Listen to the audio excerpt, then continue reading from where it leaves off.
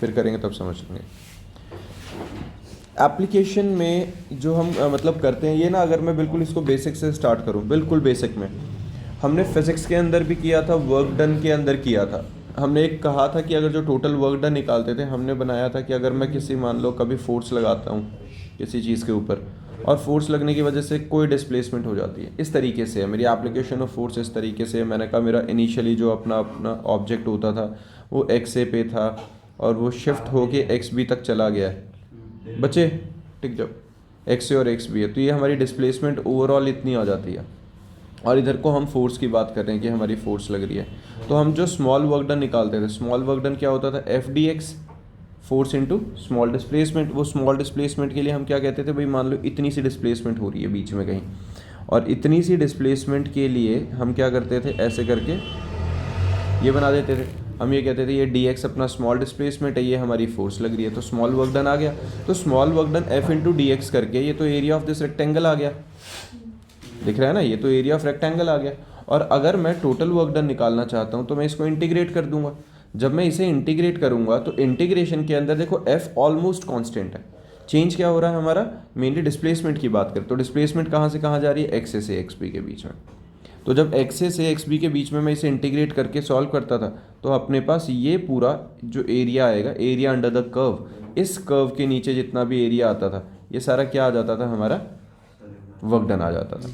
तो ये इसी प्रोसेस को अब हम यहाँ फॉलो करते हैं एप्लीकेशंस ऑफ इंटीग्रेशन में, समझ रहे हो, यही इसी टाइप का हम कुछ करते होते हैं। इसमें भी क्या रहेगा हमारे पास, जैसे कि इस तरीके से हमारा ग्राफ बना हुआ है, यहाँ पे मान लेते हैं कि हमारे पास कोई फंक्शन है y is equal to f x, और y is equal to f x ऐसे जा रहा है, मतलब जो ग्राफ बन रहा है फंक्शन का वो इस तरीके से जा रहा है, और इन्होंने हमें किसी कंडीशंस के हिसाब से उसके लिमिट्स दे दिए, भाई यहाँ से यहाँ जाते हुए जो लिमिट्स दी हैं हमें, उसके अंदर हमें उसको मतलब ओवरऑल टोटल उसकी वैल्यू निकालनी है, तो एरिया अंडर द कर्व निकालना है। तो एरिया अंडर द कर्व निकालते हुए y is equal to d x में या y is equal to f x के अंदर सेम करेंगे। ये वाला हमने स्मॉल डिस्प्लेसमेंट मान लिया इस टाइम पे कि डी एक्स की आएगी, और जो y आएगा वो ये आ जाएगा।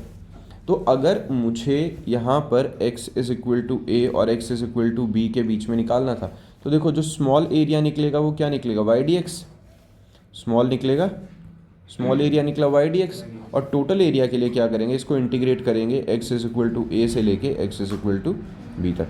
तो ये जो आएगा ये हमारे पास क्या आ जाएगा, ये टोटल एरिया आ जाएगा, जो कि हमारा आंसर होने वाला है। समझ में आई ये बात। तो एप्लीकेशंस ऑफ इंटीग्रेशन में मेन टारगेट हमारा यही रहेगा कि हम एरिया अंडर द कर्व निकालेंगे और आंसर निकलेगा।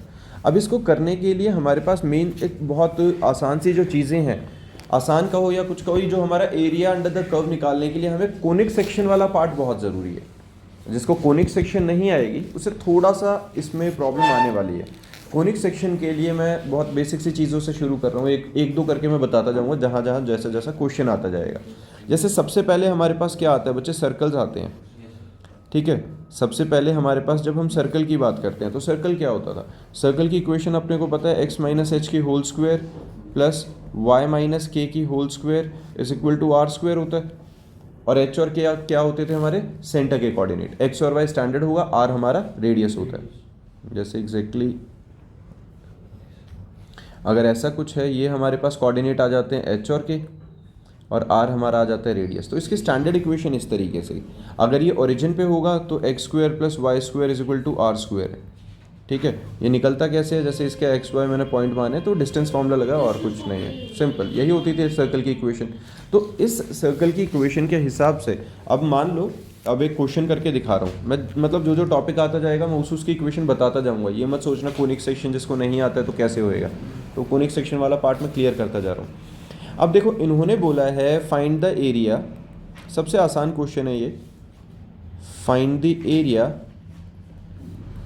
enclosed by the circle x square plus y square is equal to a square। इसके अंदर जो एरिया होगा वो निकालना है, ठीक है, हमें इसका एरिया निकालना है। देखो अगर हम नॉर्मल बात करें तो हम इक्वेशन से कंपेयर करके देख सकते हैं कि रेडियस ए आ गया, हम देख ही सकते हैं, काम करते हैं रफ में लिखते हैं, रेडियस हमारे पास इक्वेशन को कंपेयर करके ए आ गया, तो एरिया पाई ए स्क्वायर यही होता है ना, ये बनना चाहिए, पाई ए स्क्वायर निकलना चाहिए, लेकिन हमें इसे प्रूफ करना है और area enclosed by this circle निकालना है, मतलब using the process of applications of integral. तो हम उसके तरीके से अब समझ के देखते हैं। देखो है क्या, इसमें डायग्राम मैटर करेगा और इक्वेशन मैटर करेगी। जब हमने x plus y square is equal to a square देखा, तो यहाँ से हमें सेंटर के कोऑर्डिनेट मिल गए, क्या हुए वो ओरिजिन पे आ गए, x minus h y minus k, h और के क्या आ गया हमारा 0 0 आ गया, क्योंकि वो ओरिजिन पे था।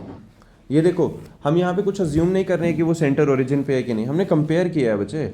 अगर मेरे पास इक्वेशन इस फॉर्म में है, जब मैं इससे कंपेयर कर रहा हूँ तो मैं इसको क्या लिख सकता हूँ, एक्स माइनस 0 का whole square plus y minus 0 का whole square is equal to a square नहीं लिख सकता। तो यहाँ से हमें जो सेंटर के कोऑर्डिनेट हैं एच और के वो 0 0 नहीं मिल गए, तो हमने कुछ अज्यूम नहीं किया है, सब कुछ हमारे पास दिख रहा था और रेडियस हमारे पास ए आ गया। तो मैंने अब इसका क्या किया, एक सर्कल बना दिया, ठीक है। जो हमारे पास सर्कल बना इसके कोऑर्डिनेट क्या आ गए 0 0। अब मुझे इसका एरिया निकालना था। देखो जब मुझे इसका एरिया निकालना है तो मैंने क्या किया, मैंने यहाँ से एक छोटी सी स्ट्रिप बना दी, सेम वही उसी तरीके से जैसे बन रही थी अपनी। और ये जो हमारी स्ट्रिप है ये कितनी है, ये एक्स एक्सिस के अलॉन्ग है, तो डी एक्स आ गया, इसका डी एक्स आ गया। और ये हमारे पास क्या है, ये वाई है। वाई बेसिकली क्या होता है, देखो ये इक्वेशन बनती भी कैसे है। अगर मैं इस इक्वेशन की बात करूँ, ये जो सर्कल की इक्वेशन है, तो यहाँ से y square is equal to a square minus x square आ गया। या वाई की वैल्यू अगर मैं ऐसे लिख सकता हूँ, स्क्वायर रूट हटा दूँ तो वाई स्क्वायर हटा दिया तो रूट लग गया उधर, y is equal to a square minus x square. यहाँ अगर मैं बॉक्स बना के जैसे हम करते होते थे, एक्स और वाई की वैल्यूज़ डालता जाऊँगा तो हम और उनको प्लॉट करता जाऊँगा तो हमारा सर्कल बन जाएगा। एक्स की वैल्यू 0 डालोगे तो वाई की वैल्यू क्या आएगी, ध्यान से देखो, एक्स की वैल्यू 0 डालोगे तो वाई की वैल्यू प्लस माइनस ए आएगी। यानी कि जब एक्स हमारा 0 पे है, वाई की वैल्यू प्लस ए और माइनस ए पे है ना। तो इसका मतलब 0 और माइनस ए और 0 और ए, ये कोऑर्डिनेट आए कि नहीं। ऐसे ही अगर जो तुम y की वैल्यू 0 डालोगे तो x की वैल्यू a और प्लस माइनस ए मतलब वही माइनस ए, इस तरीके से आएगा कि नहीं। तो एक तरह से हमारे पास वो जो इक्वेशन है वो फंक्शन के रिस्पेक्ट की तरह हम बना सकते हैं उसे। तो y is the function of x की फॉर्म में मैंने बना लिया। अब हम एक काम करते हैं, ये नॉर्मल चीज़ थी, तुम्हें समझ में आ गया। तो हमने क्या किया, अब हम इसका अगर जो एरिया निकालेंगे बच्चे, इस स्ट्रिप का मैं एरिया निकालना चाहता हूँ, तो इसका एरिया क्या होगा, वाई डी एक्स है ना। तो मैंने क्या किया, integration of y d x कर दिया। अब integration of y d x करने से मेरे को क्या मिलेगा, मेरे पास इस स्ट्रिप की वैल्यू निकल जाएगी। अब इस स्ट्रिप की वैल्यू कहाँ से कहाँ जा रही है, देखो डी एक्स की वैल्यू अगर मैं देखूँ, डी एक्स की वैल्यू माइनस ए टू ए जा रही है। माइनस ए टू ए कब जा रही है, यहाँ से लेके यहाँ तक। और ये लेकिन ऊपर की तरफ है, सिर्फ इसको मैं 2 से मल्टीप्लाई कर दूंगा तो ये नीचे की तरफ भी आ जाएगा, एक सेकेंड, है ना। नीचे अगर मैं इसको 2 से मल्टीप्लाई कर दूंगा तो ये पूरे सर्कल का एरिया आ जाएगा कि नहीं। या फिर मैं एक काम करता हूँ, मैं ये तो हम पहले क्वाड्रेंट में निकाल रहे हैं। कौन कह रहा है, मैंने कब कहा कि फर्स्ट क्वाड्रेंट में निकाला, मैंने कहा है वैल्यू माइनस ए से ए जा रही है, माइनस ए से माइनस ए या हाँ, मैं वही समझा रहा था, तो तभी मैंने रोका था कि रुक जा, मुझे पता है तेरा कन्फ्यूजन क्या है। मैंने ये बात समझ में आई है। तो एक तो मैं माइनस ए की जगह अगर मैं 0 टू ए लेके चला जाऊँ, 0 टू ए लेके जाने में सिर्फ फर्स्ट क्वाड्रेंट की निकल गई है, तो हमारे पास 0 टू ए, तो ये अगर पूरा इतना निकल जाएगा है ना, तो इसको हम 4 टाइम्स कर देंगे तो एरिया ऑफ सर्कल आ जाएगा। इसमें आपने y की वैल्यू ली, y की वैल्यू नहीं लिया बेटा, x के लिए ही लिया है। x की वैल्यू 0 से a तक जा रही है, तो हमारा एक क्वाड्रेंट का निकला। माइनस ए टू प्लस ए करता तो पूरा सेमी सर्कल का निकलता।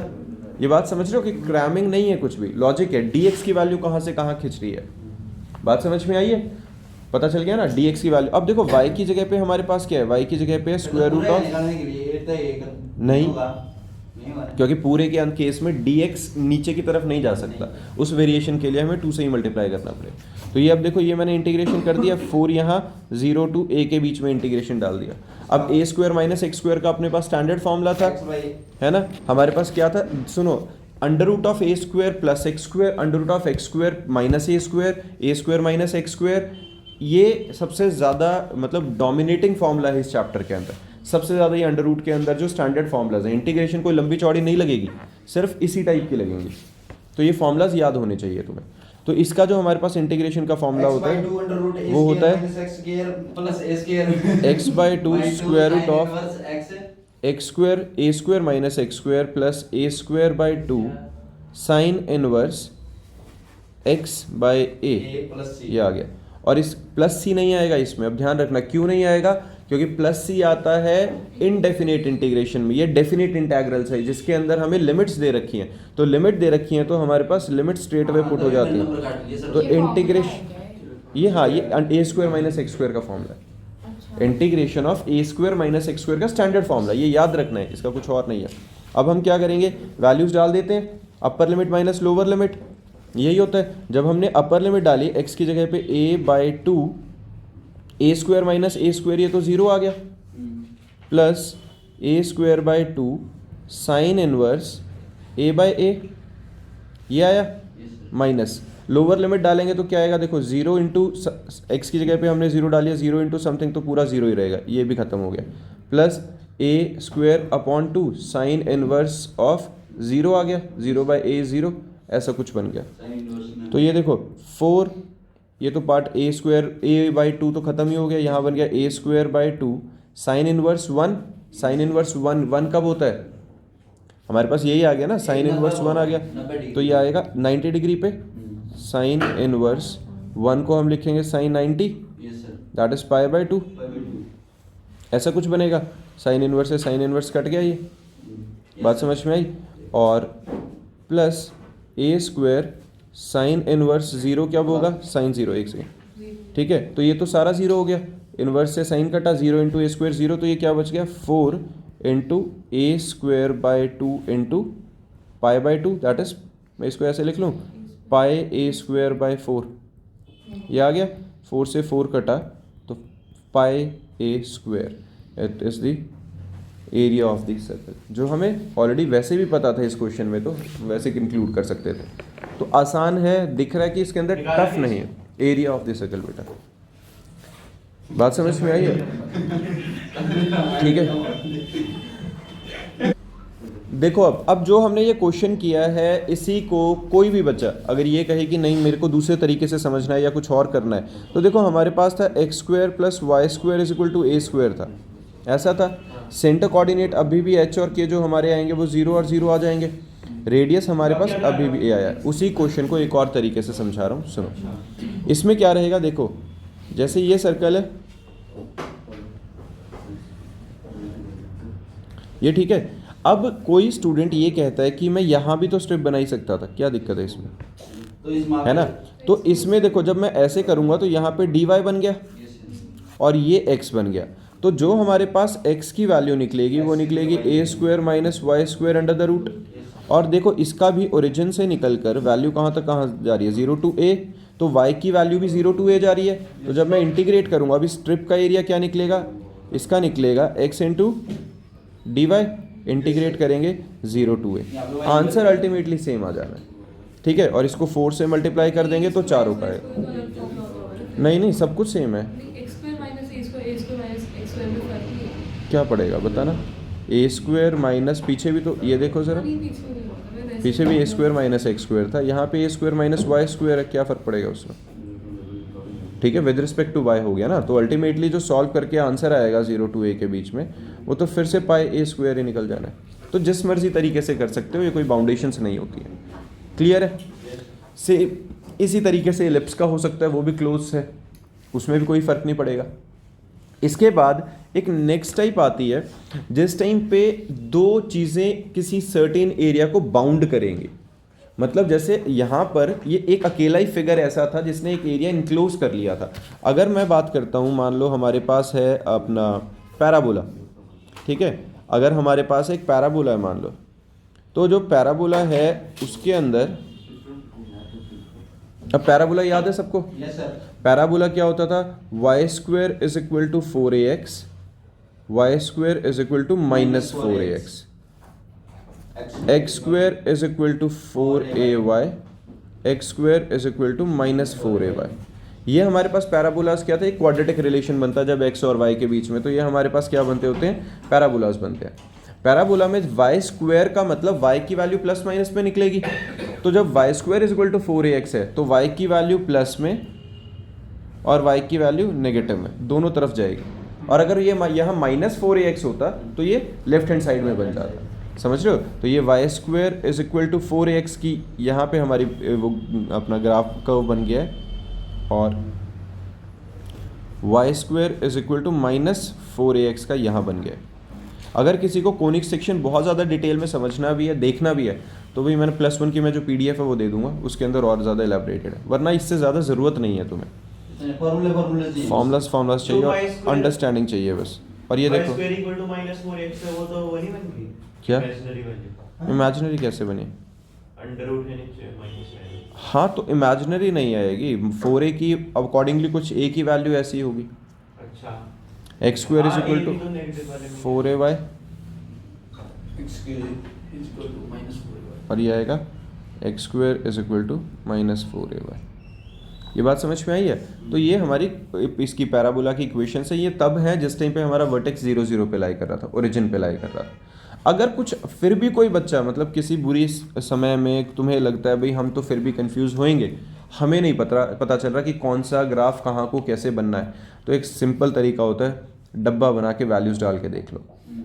डब्बा बना के 3-4 वैल्यूज़ डालोगे, अपने आप तुम्हें समझ में आने लग जाएगा कि हर इस x की वैल्यू के लिए y की वैल्यू कहाँ जा रही है। अब y की वैल्यू तुम्हें प्लस माइनस में बनती दिखेगी तो खुद याद आ जाएगा कि उधर उधर बनेगी, x की वैल्यू प्लस माइनस में बनती दिखेगी तो खुद समझ में आएगा कि कहाँ को जा रही है वैल्यूज़। समझ रहे हो? तो लास्ट हथियार तुम्हारे पास वो होता है जो बॉक्स बना के वैल्यूज़ डाल के हम करते हैं।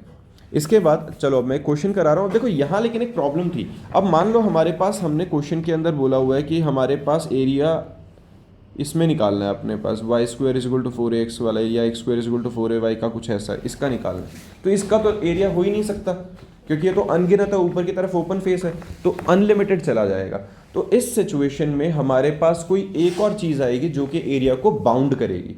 जैसे कि यहाँ पर हमें क्या दे रखा होगा, एक ऐसा चीज़ जो कि एक स्ट्रेट लाइन दे दी है मान लो, तो यहाँ लिखा है the area of the reason bounded by the curve and the line. तो ये जो हमारा एरिया है, ये सारा एरिया क्या आ गया, area of the reason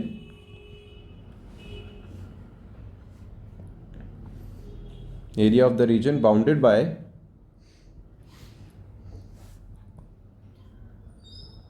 the curve and the line. ठीक है, जो इनका म्यूचुअल एरिया होगा वो हमें निकालना होता है। क्लियर है? तो इसको हम निकाल लेंगे। अब इसको निकालने के लिए देखो इस लाइन ने हमें प्रोवाइड क्या किया है, इस लाइन ने मेन हमें प्रोवाइड किया है कि 0 0 से स्टार्ट होकर लिमिट कहाँ तक जा रही है ना। तो वो XA से XB वाली जो लिमिट है वो हमें ये वाली लाइन बता देगी। मैं क्वेश्चन करके दिखाता हूँ, ज़्यादा क्लियर हो जाएगा। क्वेश्चन है find the area of the region, find the area of the reason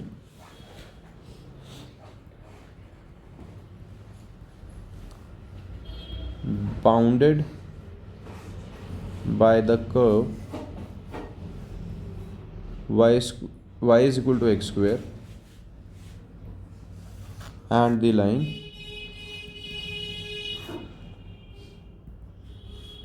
y is equal to 4। ठीक है, कहाँ कहाँ पे y is equal to x square और y is equal to 4 के बीच में हमें बनाना है। तो जब हम ऐसा बनाएंगे तो देखो सबसे पहले क्या करते हैं, अपना ग्राफ बनाते हैं।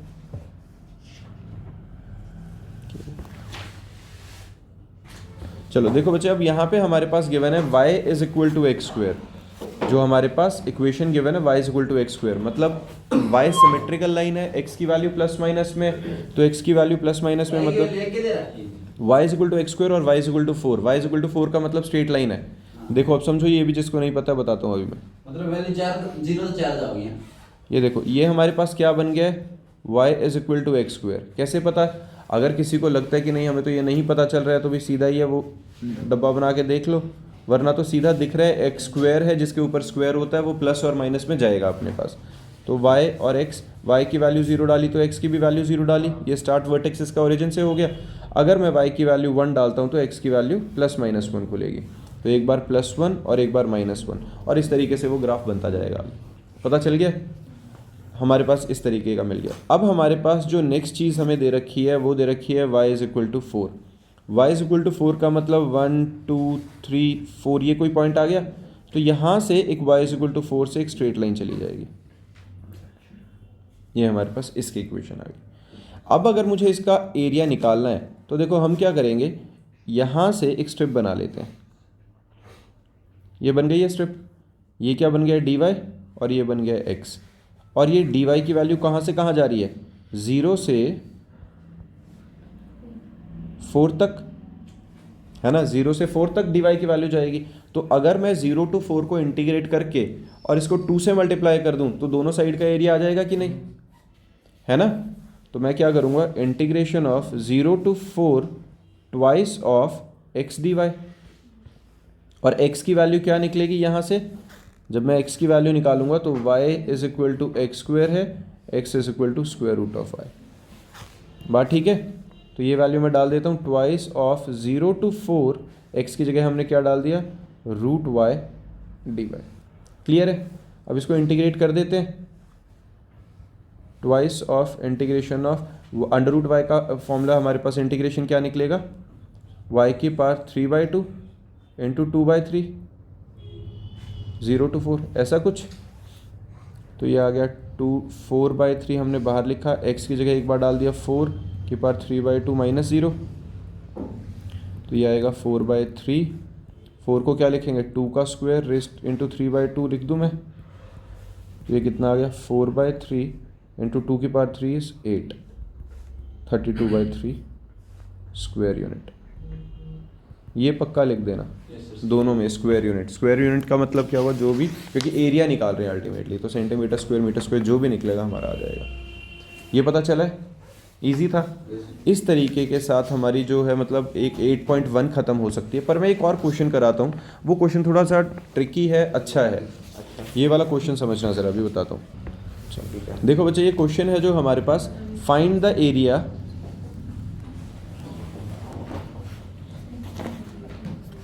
find the area of the region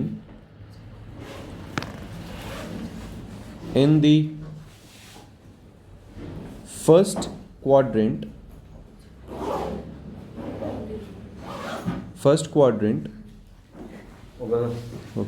enclosed by the x-axis the line y is equal to x and the circle x square plus y square is equal to 32। इस क्वेश्चन को समझो, फर्स्ट एक्सरसाइज का almost सब कुछ खत्म हो जाएगा, इसको ध्यान से समझना। Find the area of the region, यही वाला सामने लिखा है, find the area of the region in the first quadrant enclosed by x axis the line and the circle. Example है, तो हमें इसके अंदर अब देखो ज़रा क्या क्या 3 चीज़ें हैं फर्स्ट क्वाड्रेंट में होना चाहिए।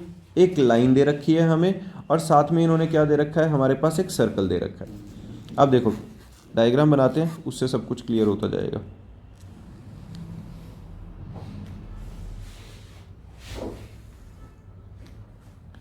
एक्स एक्सेस और वाई एक्सेस हमने ड्रॉ कर दिया। सबसे पहले y is equal to x draw कर लेते हैं। देखो जब हम y is equal to x की बात करते हैं बच्चे, y is equal to x, ये तो स्ट्रेट लाइन ग्राफ होता है। x की वैल्यू 1 होगी तो y की भी 1 होगी, x की वैल्यू -1 होगी तो y की भी -1 होगी। तो एग्जैक्टली इसके बीच से 45 डिग्री पे ये लाइन बन जाएगी कि नहीं? बिल्कुल बन गई। y is equal to x की तो सीधी सीधी बन गई, है ना। x की वैल्यू 1, y की वैल्यू 1, x की वैल्यू -1, y की वैल्यू -1 एंड सो ऑन, ये बन गया। आती है कहानी हमारी मेन इसकी, सर्कल की है मेन स्टोरी। अब जब हम सर्कल के बारे में बात कर रहे हैं तो देखो सर्कल को भी अब कंपेयर करें, x माइनस एच की whole square plus y minus k की whole square is equal to r square से। r यहाँ है 32, तो है ना, यहाँ 32 स्क्वायर है, तो h और k तो हमारे पास 0 आ गए। r कितना आ गया? 4√2, है ना, 4√2 आ गया यहाँ से, रेडियस आ गया 4√2 का। अब मैं काम करता हूँ, 4√2 का रेडियस मान के सर्कल ड्रॉ कर देता हूँ, क्योंकि सेंटर क्या था हमारा, ओरिजिन पे आ रहा था, 0 0 से स्टार्ट हुआ था, है ना। तो ये जो हमारे पास आ गया, ये क्या आ गया, 4√2 0, ये आएगा -4√2 0, वो आ गया 0 4√2, ऊपर आ गया है 0 और 4√2, और नीचे आ गया 0 और -4√2। ये समझ में आ गया, रेडियस था चारों तरफ। अब हमारे पास इन्होंने एक स्पेसिफिकली एक चीज़ बोली है, the area of the region in the first quadrant. मतलब हमें किसी और साइड जाना नहीं है, एरिया हमारे पास फर्स्ट क्वाड्रेंट के बीच में, इस लाइन के बीच में और इस सर्कल के बीच में जो है, सिर्फ हमें इसको निकालना है। ये बात समझ में आई है? हमें ये वाला एरिया नहीं लेना। अब कोई 2 से मल्टीप्लाई वगैरह वाला तो है ही नहीं, क्योंकि फर्स्ट क्वाड्रेंट में एक्स एक्सिस के बीच में, लाइन के बीच में, सर्कल के बीच में सिर्फ यही हमारे पास एरिया है। अब इसमें देखो पता कहाँ आएगा, इसमें स्टोरी कहाँ चेंज हो रही है। जब मैं मान लो कहीं dx बना लेता हूँ, मान लेते हैं मैं यहाँ पे कहीं पे हम dx बना लेते हैं, ठीक है। मैंने जब ये लाइन ड्रॉ करी है और मैंने यहाँ पे dx बनाया, तो ये dx जब यहाँ से यहाँ चलता गया, वो dx की वैल्यू यहाँ पर आकर ख़त्म हो रही है, दिख रहा है? क्योंकि वो जो लाइन है उस सर्कल को टच करती है और इस लाइन का जो इन्फ्लुएंस है इसके बाद ख़त्म होकर सर्कल शुरू हो जाता है। यहाँ से यहाँ तक इस चीज़ को समझना थोड़ा, अभी मैं बताता हूँ फिर से। देखो, जब मैं यहाँ से यहाँ तक चल रहा हूँ बेटा, इस ग्रीन लाइन पे ध्यान देना, एग्जैक्टली यहाँ से यहाँ आते हुए हमारे पास इस डिस्टेंस तक जो हमारे dx की वेरिएशन है वो किसके रिस्पेक्ट में होगी? लाइन के रिस्पेक्ट में। लेकिन जैसे ही हम इस पॉइंट को क्रॉस कर देंगे, तो हमारे पास जो आगे का रीजन है वो किसके फंक्शन के हिसाब से चेंज होगा? सर्कल के फंक्शन के हिसाब से। ये बात समझ में आई है सबको?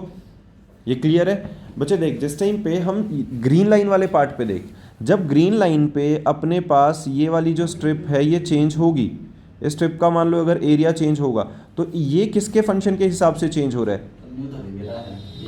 किस फंक्शन के हिसाब से चेंज हो रहा है? फंक्शन मतलब स्ट्रेट लाइन के हिसाब से। पहले क्वाड्रेंट का पूरा निकाल के आधा कर दे। ऐसे कैसे कर दोगे? तुम्हें पता है कौन सा आधा है?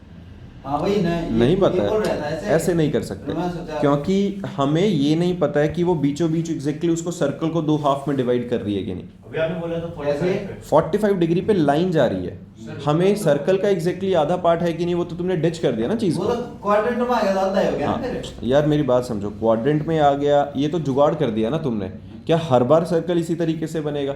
क्या हर बार जो ओरिजिन होगा उसका 0 0 पे होगा ही? ये फिक्स नहीं है। तो तुम ये शॉर्टकट वाली बात कर रहे हो, आंसर ठीक निकलेगा उससे। क्यों निकलेगा? क्योंकि इसके अंदर ओरिजिन पे है, रेडियस हमें दे रखा है, फर्स्ट क्वाड्रेंट का हाफ कर दो, एरिया एक तरह से एक बात समझो, dy/dx एरिया ऑफ सर्कल लगा के पाई आर स्क्वायर से एरिया ऑफ सर्कल आएगा, उसको 1/8 कर दो, 8वां हिस्सा आंसर आ ही जाएगा। तो वो तो तुम्हारा शॉर्टकट और ट्रिक हो गया। इंटीग्रेशन का है उसमें, है ना? dy/dx लगाया कर देंगे हां सर। हाँ y/dx लगा अभी शांत रहेगा, बता देता हूँ। नहीं आएगा वैसे, नहीं आएगा जैसे मैं बता रहा हूँ, देख लो एक बार। देखो यहाँ पे हमने dx लगा दिया बच्चे। अब जब मैं dx की बात कर रहा हूँ तो dx के अंदर देखो फंक्शन वाला जो समझ रहा था बच्चे, तू बोल रहा था, जब हम dx की वेरिएशन करते हैं, dx के अंदर चेंज किसके रिस्पेक्ट में आ रहा है? y की वजह से। जो जब जैसे जैसे y = x चेंज होता जा रहा है यहाँ से यहाँ तक, वैसे वैसे हमारा x के अंदर वेरिएशन आ रही है, पर वो किस पॉइंट तक? यहाँ तक, एग्जैक्टली इस पॉइंट तक। dx किसके रिस्पेक्ट में चेंज हो रहा है? y के रिस्पेक्ट में। आगे आके dx जो चेंज होगा वो दूसरे वाले y के रिस्पेक्ट में चेंज होगा, और दूसरा वाला y क्या होगा? जो हमारा सर्कल वाला y होगा। समझ रहे हो? जहाँ तक हमारा ये वाला पॉइंट है, जो ब्लू वाली लाइन मैंने ड्रॉ करी है, ब्लू वाली लाइन तक हमारे पास, इस पॉइंट तक हमारे पास जो x में वेरिएशन आ रही है वो विद रिस्पेक्ट टू लाइन हो रही है। और इसके आगे वाला जो पॉइंट है, आगे वाला जो dx में वेरिएशन आएंगी। अब यहाँ पे हमें एक और क्या करना पड़ेगा? एक और dx बनाना पड़ेगा। देखो इधर, जैसे यहाँ पे मैं एक और dx बना देता हूँ छोटा सा, और ये जो dx की स्ट्रिप है इसके अंदर जो वेरिएशन आएगी वो विद रिस्पेक्ट टू सर्कल आएगी, ना कि लाइन। अब लाइन का इन्फ्लुएंस खत्म हो गया वहाँ पे, ये पता चल रहा है? चेंज नहीं आ रहा है, एक्स चेंज नहीं होगा क्या वहाँ से वहाँ जाते हुए बच्चे? ओरिजिन से 4 तक जाएगा तो चेंजेस नहीं आएंगे उसमें। और यार क्या बात कर रहे हो बेटा? ये स्ट्रिप जो है, जब तू इस जगह से इस जगह के बीच में जाएगा तो dx के अंदर चेंज नहीं आ रहे, 0 से स्टार्ट होके आगे की तरफ dx बढ़ता जा रहा है। अपर लिमिट से लोअर लिमिट के बीच में जा नहीं रहा यहाँ से यहाँ तक। तो ये x की वेरिएशन क्यों किसके रिस्पेक्ट में आ रही है? इस y के रिस्पेक्ट में नहीं आ रही। जो हमारे पास लाइन ऑब्वियसली dx में चेंज होगा। x में वेरिएशन y के रिस्पेक्ट में होगा, dx में जो चेंज आने वाला है वो लाइन की इक्वेशन के रिस्पेक्ट के हिसाब से चेंज आएगा, क्योंकि सर ठीक है। कौन सी लाइन? अरे यार जो y line is equal to x है यार, डायगोनल लाइन जो diagonal line। अच्छा उसके हिसाब से ऑब्वियसली वही जा रही है वहां पे, और उसके आगे एक पॉइंट के बाद, इस पॉइंट के बाद सर्कल का इन्फ्लुएंस आ गया, उस लाइन का तो कोई लेना देना ही नहीं बचा अब इस जगह पे, हाँ। तो वो सर्कल की y एक्सिस फंक्शन के हिसाब से dx में वेरिएशन आएगा। और सर्कल का फंक्शन मतलब कौन सा लेगा? अभी बता रहा हूँ, ये देखो y is equal to x आ गया अपने पास यहाँ पे।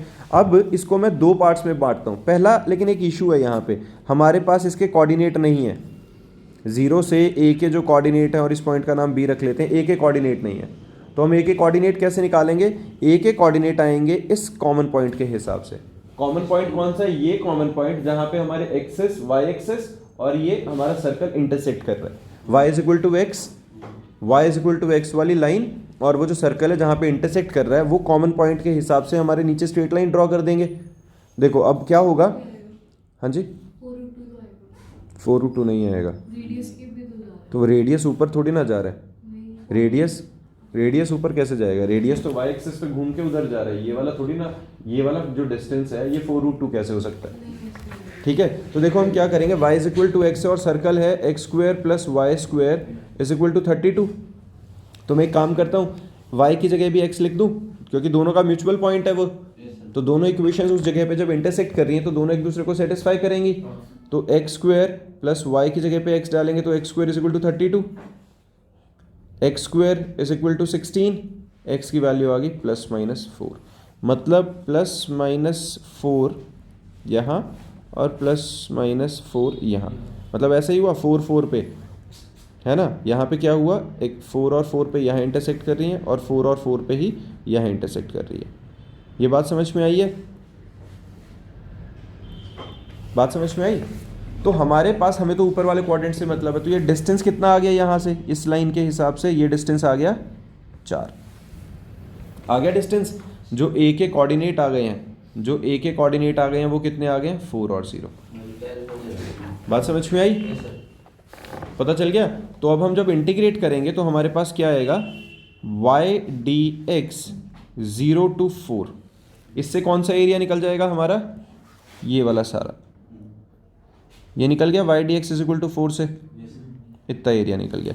और प्लस करके लिख लेते हैं, प्लस 4 से 4√2, 4 से 4√2 जो आगे वाला जो पार्ट रह गया उसका एरिया निकलेगा y dx।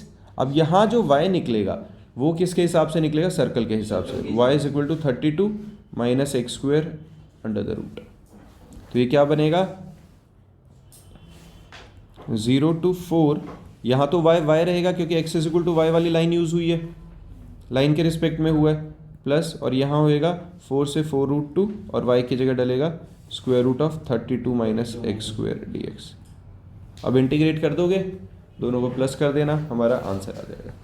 क्लियर है? y का तो सीधा ही आएगा अपना, y की जगह पे क्या डलेगा? x है ना, जो लाइन थी हमारे पास, लाइन की इक्वेशन के हिसाब से y is equal to x था, तो x dx डल गया 0 to 4 प्लस इंटीग्रेशन ऑफ 4 से 4√2, इसको square root of a square minus x square बना ले, 4√2 का स्क्वायर माइनस एक्स स्क्वायर, ऐसा बन गया। सॉल्व करेंगे, ये आएगा x square by 2,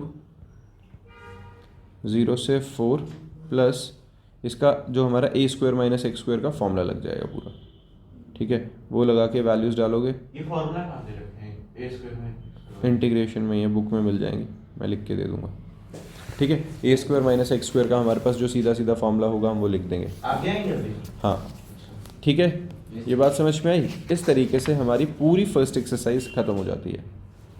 second exercise में जो है उसमें हमारे पास क्या होता है, अपर कर्व माइनस लोअर कर्व का फंडा लगता है, वो बाद में कराता हूँ, वो बाद में करा देता हूँ। देखो बच्चे, सेकेंड वाले में हमारे पास क्या है, area between two curves. First time वाले में जब हमने किया था उसमें सिर्फ यही था कि area between a line and a curve था। यहाँ पे अब हमारे पास दो कर्व्स के बीच का एरिया ले रहे हैं।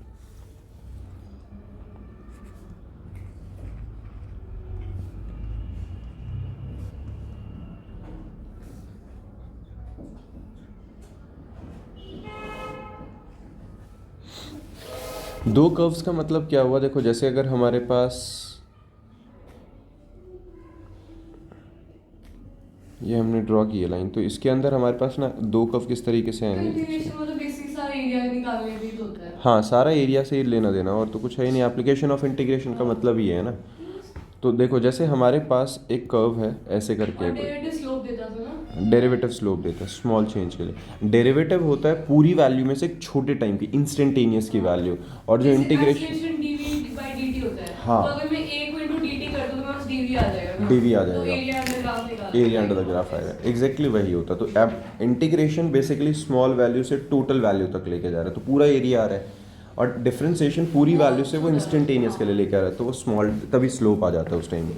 देखो जैसे हमारे पास यहाँ पे मैंने बच्चे एक इक्वेशन बना दी है, इसको मान लेते हैं y is equal to f x है, कुछ हमारे पास है y is equal to f x का ये है। अब इसके अंडर अगर मैं ग्राफ निकालूंगा तो हमारा कुछ ऐसे करके ग्राफ आ जाएगा, जो भी इस लाइन के अंदर आ जाएगा अपना, है ना। ये पूरा जो ग्राफ आएगा ये पूरा इसके अंदर आने वाला, हम ग्राफ को जितना भी ये एरिया आएगा ये इसको एक्सप्लेन कर देगा पूरे को, ए से बी के लिमिट के अंदर पूरा आ गया। अब मैंने कहा यहीं पर मैं एक और ग्राफ बना देता हूँ। एक और ग्राफ कैसे बना देता हूँ, एक और इक्वेशन है जो कहीं से किसी तरीके से ऐसे इनके पॉइंट से यहाँ से जाके ऐसे होके जा रही थी, ठीक है, एक और पैराबोला। अब ये जो पैराबोला है ये कहाँ एरिया बना रहा होगा, ये वाला,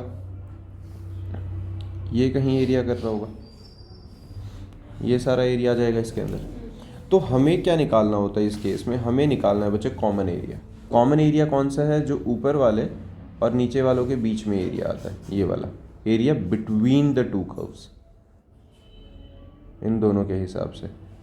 मैंने एक चीज़ थोड़ी सी शायद थोड़ी सी गलत बोली, अभी जो पीछे वाली बात बोली थी ना मैंने कि ये वाला जो हमारा ग्रीन वाला एरिया है वो नीचे नहीं आएगा, मतलब समझाता हूँ मैं क्यों बोल रहा हूँ, वो नीचे नहीं आएगा, वो पैराबोला ऊपर की तरफ ओपन है, ऊपर की तरफ ओपन है ना, तो ऊपर की तरफ सारा एरिया जाएगा। जो ग्रीन वाला हमारा एरिया जाना है वो यहाँ से शुरू होके यहाँ तक में ऐसे ऊपर तक जाता रहेगा, वो सारा एरिया ऊपर तक जाएगा, है ना, ऐसे जाएगा इसका एरिया। और दूसरा वो है ना, दूसरे वाला डाउनवर्ड है, वो भी है तो अपना पैराबोला ही, लेकिन वो नीचे की तरफ है, तो नीचे की तरफ होने की वजह से उसका जो एरिया आएगा वो इधर को आ रहा था, समझ में आई, ये ऊपर वाले के लिए आया। अब जब ऐसा आया तो इनका कॉमन एरिया कौन सा आया, कॉमन एरिया बीच वाला आ गया, हमें ये निकालना है। तो इसका ये कॉमन एरिया निकालने के लिए हमारे पास बहुत एक सिंपल सा फॉर्मूला लगा देंगे, अपर curve minus lower curve. Upper curve के एरिया में से लोअर कर्व के एरिया को माइनस कर दो तो हमारे इंटरसेक्शन आ जाता है, ठीक है। तो जैसे कि अगर हम एग्जैक्टली इस पार्ट को लिखें, ये जो आएगा हमारा, एक मिनट पहले ये जो ग्रीन वाला था ये वाला था y is equal to g of x, और जो हमारा नेट एरिया निकलेगा ये बीच वाला वो निकलेगा हमारा y is equal to f of x minus g of x. Upper curve minus lower curve, समझ रहे हो। अपर कर्व कौन से है, जो ऊपर वाली लाइन आ रही है, लोअर कर्व कौन सा है, जो नीचे वाली लाइन आ रही है, दोनों को माइनस कर देते हैं तो टोटल एरिया जो हमारा आएगा वो इंटीग्रेट कर देंगे। अब इंटीग्रेट करते हुए क्या आएगा, x is equal to a और x is equal to b की लिमिट्स हैं, जहाँ पे दोनों इंटरसेक्ट कर रहे हैं वो एंड पॉइंट्स आ गए, तो हम इंटीग्रेट करेंगे a to b f of x minus g of x, और इसको इंटीग्रेट करके सिंप्लीफाई कर दो, ये हमारे पास टोटल एरिया आ जाता है।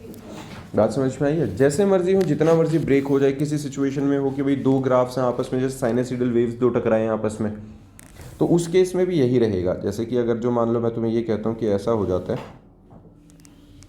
इसमें एक कर्व ऐसे है, ऐसे चला गया, मान लो थोड़ा छोटा कर लेते हैं इसे,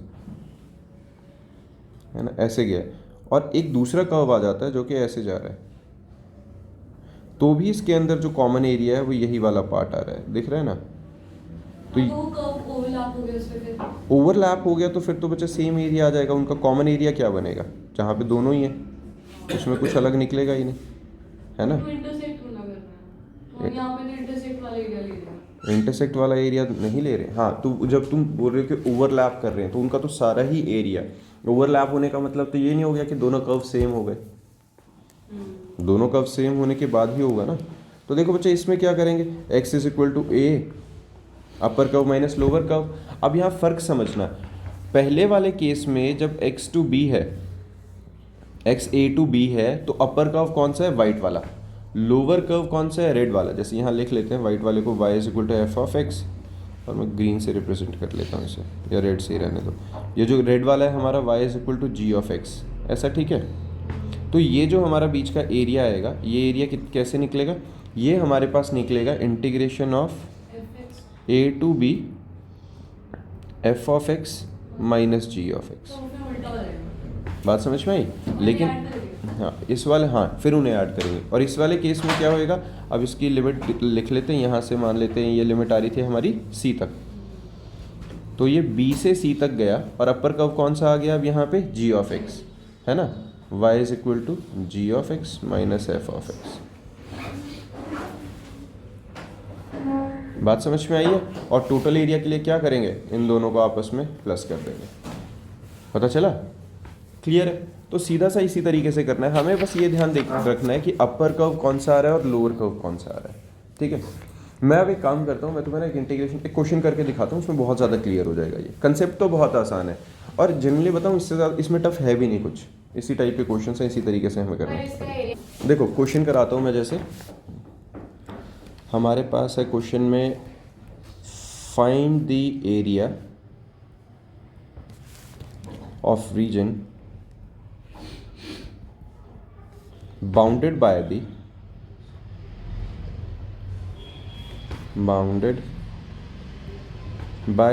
two parabolas,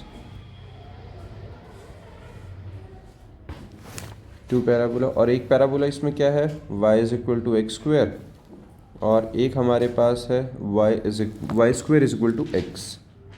ये हमारे पास दो पैराबोलास हैं, हमें गिवन है क्वेश्चन में, और इनके बीच का हमें बनाना है कोई जो कॉमन एरिया जो भी होगा, reason bounded by the two parabolas. तो पहले काम करते हैं, पहले दोनों पैराबोलास को बना लेते हैं, अपना मतलब डायग्राम क्लियर करते हैं कैसे होगा। जैसे कि पैराबोलास है, हमने ये ओरिजिन बना दिया। अब देखो y is equal to x square का मतलब x की वैल्यू प्लस माइनस में जाएगी, है ना। तो हमारा कैसे बनता है, ऐसा जो ओरिजिन से टच करता है, x की वैल्यू प्लस माइनस में आती है। एक्स स्क्वायर का पैराबोला का फंडा ये था, वैल्यूज डाल के देख लो। तो x का स्क्वायर है ना, जब तू x की वैल्यू निकालेगी तो plus minus and root of, करके देख लो, डाल के देख लो, एग्जैक्टली डाल सब्स्टिट्यूट करके देख लो ना। बात समझ में आ रही है। वो प्लस माइनस में वैल्यू आ रही है, तो x की वैल्यू प्लस माइनस आ रही है, तो इधर को प्लस एक्स है, इधर को माइनस एक्स है, ऐसा आ गया। ये क्या बन गया हमारा, y is equal to x square. दूसरे वाला है y square is equal to x, तो y की वैल्यू प्लस माइनस में जाएगी तो वह ऐसा बनेगा, ठीक है, ऐसा बन जाएगा। हाँ, क्योंकि माइनस नहीं है वहाँ पे। मैंने पैराबोलास का, जिसको इस वाले में डाउट है थोड़ा सा भी, कोनिक सेक्शन में जिसको भी थोड़ा बहुत भी डाउट आएगा, मैं पूरी वीडियो है, रिकॉर्डिंग है +1 को पढ़ाते हुए ये, मतलब उनको एक एक टॉपिक के लिए शॉर्ट वीडियोस बनाई हुई है मैंने, वो समझ भी लेना। x is equal to plus minus root y, जो ग्रीन वाला है।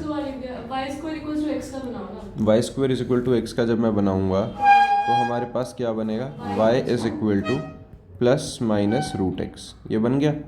तो y की वैल्यू प्लस में भी जाएगी और माइनस में भी जाएगी। क्लियर है ये। अब इनका जो कॉमन एरिया आ गया बच्चे, कॉमन शेडेड एरिया कौन सा आएगा, ये वाला आना चाहिए कॉमन एरिया, जो अपना आना चाहिए निकल के, आना चाहिए कि नहीं। तो ये हमारे पास अगर हमें एरिया निकालना है तो ये एरिया देखो, अब हमारे पास इसमें आएगा ग्रीन वाले में से, ग्रीन वाला क्योंकि ऊपर जा रहा है, उसमें से वाइट वाला माइनस होगा, क्योंकि ग्रीन वाली लाइन ऊपर की तरफ है, ठीक है। तो इसका हमारे पास क्या आएगा, अब यहाँ के लिए पर हमें पहले तो निकालनी पड़ेगी लिमिट, क्योंकि ये तो ठीक है ओरिजिन से शुरू हो रहा है 0 0 से, पर ये लिमिट क्या आएगी। तो हम एक काम करते हैं, पहले इनको सॉल्व कर लेते हैं। y is equal to x square, y square is equal to x, दोनों को डिवाइड कर देंगे तो क्या आएगा, y है ना, दोनों को डिवाइड कर देंगे, y upon y square is equal to x square upon x, x से स्क्वायर कटा, y से स्क्वायर ये कट गया, तो क्या आ गया हमारे पास, है ना। ये एक काम करो, ऐसे मत करो, ये डिवाइड वाला गंदा काम है। x की वैल्यू सब्स्टिट्यूट कर दो सीधा वहाँ, तो y square is equal to x की वैल्यू क्या आएगी यहाँ पे, रूट वाई, है ना, किसी एक की वैल्यू कहीं डालनी है हमें, तो x की जगह पे हमारे पास y square is equal to x की जगह रूट वाई डाल देते हैं, ऐसा हुआ। स्क्वेयरिंग बोथ साइड करेंगे तो y की power 4 is equal to y, y की power 4 minus y is equal to 0, y common लिया, y cube minus 1 is equal to 0, तो either y is equal to 0 और y इज इक्वल टू 1, यही आएगा, है ना, क्यूब रूट निकालेंगे 1 का। तो सिमिलरली x क्या है हमारे पास, x किसी भी जगह पे डालेंगे x is equal to y square, तो x इज इक्वल टू 0 और x इज इक्वल टू 1। तो ये पॉइंट ऑफ इंटरसेक्शन हमारे पास क्या आ गया, 1, 1, तो ये हमारे पास क्या आ गया, x is equal to 1। 0 to 1 के बीच में इंटीग्रेट कर दूँ अब मैं इसे, बात समझ में आई है। तो जब मैं इसे इंटीग्रेट करूँगा इस एरिया को, तो हमारे पास कितना निकल रहा है, required area 0 to 1। Upper limit कौन सी है हमारी, जो ग्रीन वाली लाइन जा रही थी हमारी, इसकी इक्वेशन क्या है ग्रीन वाले की, y square is equal to x. तो y की वैल्यू को क्या लिख सकते हैं, रूट एक्स, है ना। तो इसको क्या लिखेंगे, root x minus x square whole into d x. ये बात समझ में आ गई है। Upper limit minus lower limit कर दिया, है ना। सिंप्लीफाई कर देते हैं अब इंटीग्रेशन ऑफ 0 to 1 को। देखो जब इंटीग्रेट करोगे रूट एक्स का इंटीग्रेशन क्या आएगा, 1/2 + 1 3/2, तो वो मल्टीप्लाई हो जाएगा तो 2/3, ऐसे ही आएगा ना, raise to the power 2 3/2 minus x cube by 3, 0 to 1 upper limit minus lower limit, x की वैल्यू 1 डलेगी तो 2/3 माइनस 1/3, दैट इज 2 - 1 1/3 हमारे पास स्क्वायर यूनिट्स में आंसर आ गया। समझ में आई ये बात, क्लियर है ना। तो आसान से क्वेश्चंस हैं, बस तुम्हारा कंसेप्ट ठीक होना चाहिए, इसके अंदर टफ कुछ नहीं है। एक और क्वेश्चन करा रहा हूँ मैं, इस टाइप का हमने थोड़ा सा पहले भी डिस्कस किया था। क्वेश्चन देखो ज़रा, find the area lying above x axis, find the area lying above x-axis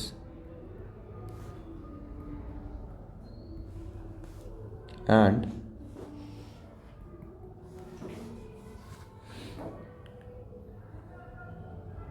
included between the circle x square plus y square is equal to 8x and inside the parabola y square is equal to 4x। ठीक है, x square is equal to y square is equal to 8x and inside the parabola y square is equal to 4x, इसके बीच में। तो पहला तो यही है भाई, तुम्हें समझ में आना चाहिए डायग्राम कैसा बनेगा, क्योंकि डायग्राम का मतलब है यहाँ पे x square plus y square is equal to 8x। Basically हम फिगर बनाएंगे जिस टाइम पे, ये दिख रही है सर्कल की इक्वेशन है, तो सर्कल की इक्वेशन को डायग्राम क्या होती है, सही में पूछ रही हूँ। 8x plus y square straight lines की बनेंगी, कोई इक्वेशन नहीं है रेक्टेंगल की अलग से। सुनो अब क्या करें, कंप्लीटिंग द स्क्वायर लगा दें यहाँ पे, क्योंकि यहाँ पे हमें x माइनस एच का whole square plus y minus k का होल स्क्वायर चाहिए। तो क्या करेंगे, x square completing the square में 8 का हाफ हुआ 4 प्लस 16 माइनस 16, तो क्या किया माइनस 8x प्लस 16 इधर प्लस वाई माइनस 0 का होल स्क्वायर लिख लेते हैं और प्लस 16 इधर, है ना। LHS और RHS में 16 16 प्लस किया तो ये आ गया x माइनस 4 का whole square plus y minus 0 का whole square is equal to 4 का स्क्वायर। आ गया ये, y minus 4 स्क्वायर लेगा। क्यों ऐसे ज़बरदस्ती थोड़ी ना है कुछ, कैसे लो बताओ। y माइनस 4 स्क्वायर में दिस साइड ही ऐड करेंगे, मतलब माइनस यार लड़की क्या कर रही है, एडिंग बोथ साइड की है मैंने, ठीक है। तो ये हमारे पास सर्कल की इक्वेशन बन गई। तो यहाँ से हमारे पास उस जो सर्कल के सेंटर के पॉइंट्स हैं, सेंटर के कोऑर्डिनेट्स हैं, वो क्या आ गए 4 और 0, है ना। मतलब एक्स एक्सिस पे लाई करेगा और रेडियस स्टैंडर्ड में ही था ना, नहीं था, हाँ इसलिए किया, रेडियस आ गया 4। तो अब हम एक काम करते हैं, फिगर बनाने की कोशिश करते हैं। देखो ज़रा यहाँ पे, ऐसे कन्वर्ट करना होता है, ऐसे सर्कल हाँ इक्वेशन, वरना होगा ही नहीं, सेंटर के कोऑर्डिनेट्स नहीं बने। इक्वल टू होते ही आर होता है हमेशा, इक्वल्स टू बेटा x माइनस एच की whole square plus y minus k की whole square is equal to r square. ये स्टैंडर्ड है, h और के सेंटर के कोऑर्डिनेट और r हमारा रेडियस होगा। अब इन्होंने हमें क्या बोला है कि जो हमारा रेडियस है वो कितना आ गया, हमारे पास 4 आ गया एक तरह से, तो रेडियस 4 के हिसाब से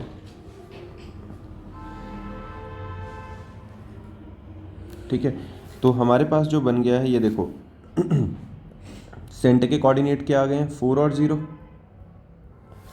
ये बिल्कुल ठीक है ना। तो हमारी इक्वेशन आ गई। अब जो दूसरी चीज़ इन्होंने हमें दे रखी है वो दे रखा है बच्चे y² is equal to 4x। y² is equal to 4x का मतलब क्या हुआ, y की वैल्यू प्लस माइनस में जाएगी और वो कहीं ऐसा कुछ बन जाएगा,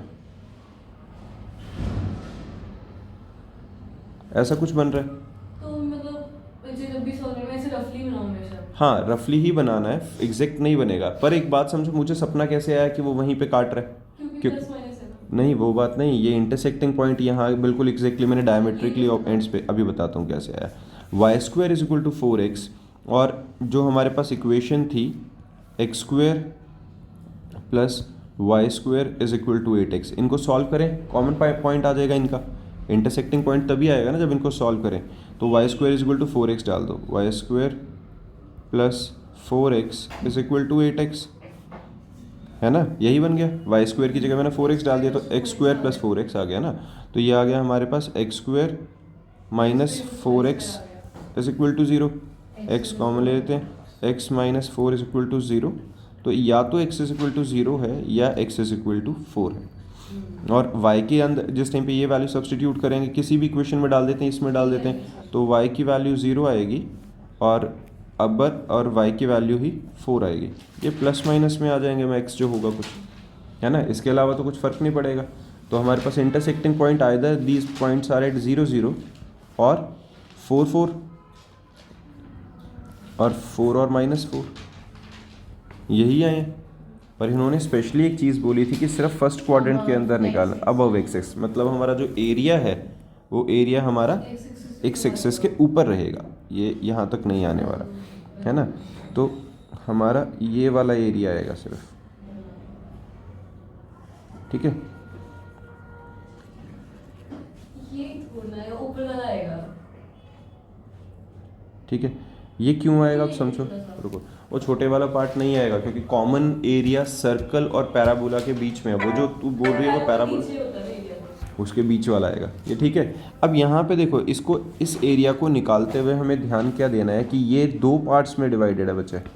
एक तो यहाँ से यहाँ तक और यहाँ से यहाँ तक चलते हुए, जैसे मैं इसका एक काम करता हूँ, इसका कुछ या तो नाम रख लो, ये आ गया हमारा पॉइंट O, यहाँ हमने मान लिया C और इस वाले का पॉइंट का नाम Q रख लेते हैं। ये Q वाले के कोऑर्डिनेट कितने आएंगे 8 0, है ना। रेडियस 4 और 4 8 होके ऐड 8 हो गया ना, 4 और 4 ऐड होके, तो ये 8 0 इसके कोऑर्डिनेट आ गए। अब देखो, जब हम इस एरिया की बात करेंगे, जो इसका नाम मैं फर्स्ट रख लेता हूँ और इसका नाम मैं सेकंड रख लेता हूँ, तो जो फर्स्ट वाला है इसमें तो देखो अपर कर्व माइनस लोअर कर्व का तो यहाँ सीन ही नहीं है। हम फर्स्ट ही तो निकालेंगे, टोटल निकालेंगे बेटा, फर्स्ट और सेकंड दोनों को मिला टच ही नहीं हो रहा। तो टच नहीं हो रहा, पर कॉमन एरिया तो है उसका। क्या कर रही है बच्चे, नहीं पता चला क्या बोल रहा हूँ पैराबोला एरिया किस पर होता है? यार, ये सारा पैराबोला का एरिया नहीं है, क्या बात कर रही है। ठीक है, ठीक है। ठीक है, ये पता चला। तो अब मैं फर्स्ट वाले के लिए जब एरिया निकालूंगा तो वो क्या निकलेगा 0 to 4 और सीधा सीधा हमारे पास इक्वेशन कौन सी लगेगी, जो पैराबोला की है। तो y की वैल्यू पैराबोला में हमारे पास क्या निकल रही है, y is equal to 2√x, तो यहाँ 2√x dx आ जाएगा। समझ में आई। तो इस 2 बाहर आ गया, x² के x की पावर 1/2 का इंटीग्रेशन क्या होगा, x की पावर 3/2 x की पावर 3/2 इंटू 2/3, हाँ ऐसा आना था। अब ठीक है, तो ये हमारे पास निकलेगा 4/3 x raise to the power 3/2। Limit हमारी कहाँ से कहाँ जा रही है, 0 to 4। तो 0 to 4 इंटीग्रेशन में जब हम वैल्यू डालेंगे तो हमारे पास क्या आएगा 4/3, x की जगह हमने डाल दिया 2 की पावर 3, है ना। x की जगह 4 डलेगा तो मतलब क्या आएगा 2 की square raise to the power 3/2 minus 0, 8 आ जाएगा ना। तो यार 8 4 जा 32/3 स्क्वायर यूनिट। ये हमारा आ गया फर्स्ट वाले का। अब सेकंड पार्ट का एरिया कैसे निकलेगा, उसमें सर्कल की, उसमें सिर्फ सर्कल की इक्वेशन है, दिख ही रही है। तो उसमें 4 to 8 इंटीग्रेट करें। हाँ 4 to 8। अब मैं इसका जब एरिया निकालूंगा तो निकलेगा 4 to 8 और हमारे पास इक्वेशन क्या निकलेगी यहाँ से, y is equal to 8x minus x square under the root. तो कंप्लीटिंग द स्क्वायर, एक काम करते हैं इस फॉर्म में ना लिख के जब हमने ऑलरेडी कन्वर्ट किया है ना, यहाँ इसको यूज़ कर लेते हैं। यहाँ से y की वैल्यू क्या निकलेगी, 4 का स्क्वायर माइनस x माइनस 4 का whole square under the root.